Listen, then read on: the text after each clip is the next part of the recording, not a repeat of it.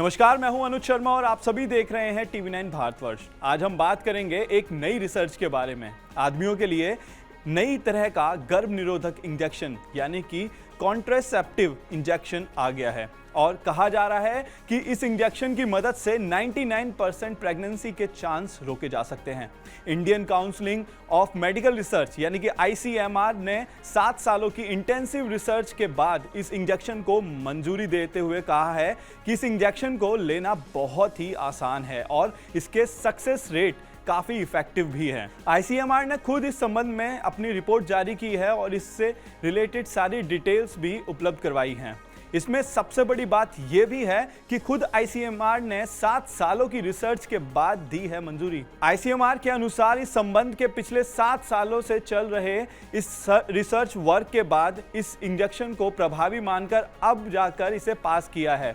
इस रिसर्च में ICMR के रिसर्चर्स ने 303 शादीशुदा और बिल्कुल स्वस्थ पुरुषों पर यह स्टडी किया था और उनको ये इंजेक्शन लगाया गया था। इंजेक्शन का नाम RISUG है यानी कि रिवर्सिबल इनहिबिशन ऑफ स्पर्म।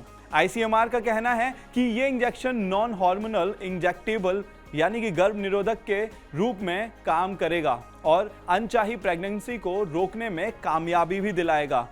चलिए अब ये जानते हैं कि ये कितने समय तक आपके शरीर में रहता है और अगर एक बार इंजेक्शन लगवाते हैं तो इसका कितने साल तक प्रभाव आपके बॉडी में रहता है।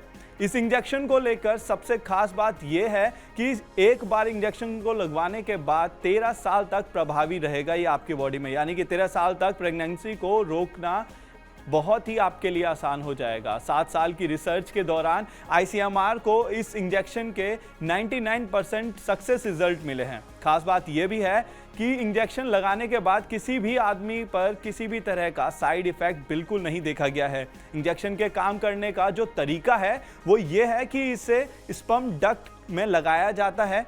इसे एक के बाद एक दोनों स्पर्म डक्ट में इंजेक्ट कर दिया जाता है। उसके बाद इंजेक्शन डक्ट में लगाने के बाद पॉजिटिव स्पर्म डक्ट की सतह पर ये दीवारों से चिपक जाता है और वहीं रुक जाता है और दूसरी तरफ नेगेटिव स्पर्म नष्ट हो जाते हैं।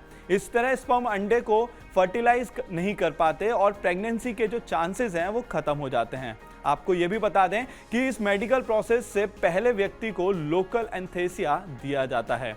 आशा करता हूं ये जानकारी और ये वीडियो आपको दोनों ही पसंद आई होंगी। ऐसी तमाम और इंटरेस्टिंग वीडियोस को देखने के लिए आप सभी देखते रहें टीवी9 भारतवर्ष।